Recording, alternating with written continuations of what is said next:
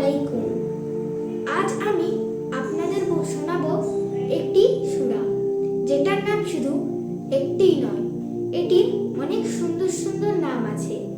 1 নম্বর সূরা আল ফাতিহা, মানে শুরু করার সূরা। এই সূরার শুরুতে কুরআনের শুরু হয়।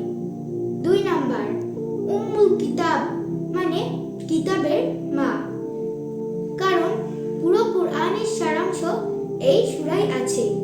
3 নম্বর উম্মুল কুরআন, মানে কুরআনের মূল, যেখান থেকে সব শিক্ষা শুরু। 4 নম্বর আস-সাবউল মাআনি, মানে 7টি পুনরাবৃত্ত আয়াত, কারণ নামাজে বারবার আমরা এই সূরা পড়ি। 5 নম্বর আস-সিফা, মানে আরোগ্য। এই সূরার মধ্যে আছে আত্মার শান্তি ও রোগের নিরাময়।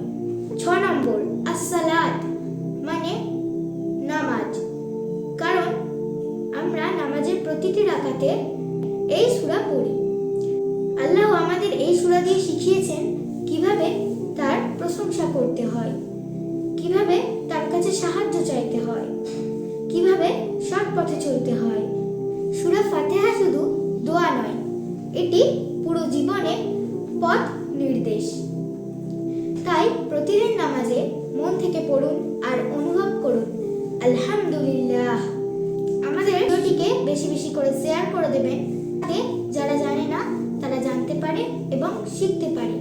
আমাদের চ্যানেলটিকে সাবস্ক্রাইব করে দেবেন এরকম ইসলামিক সুন্দর সুন্দর কন্টেন্ট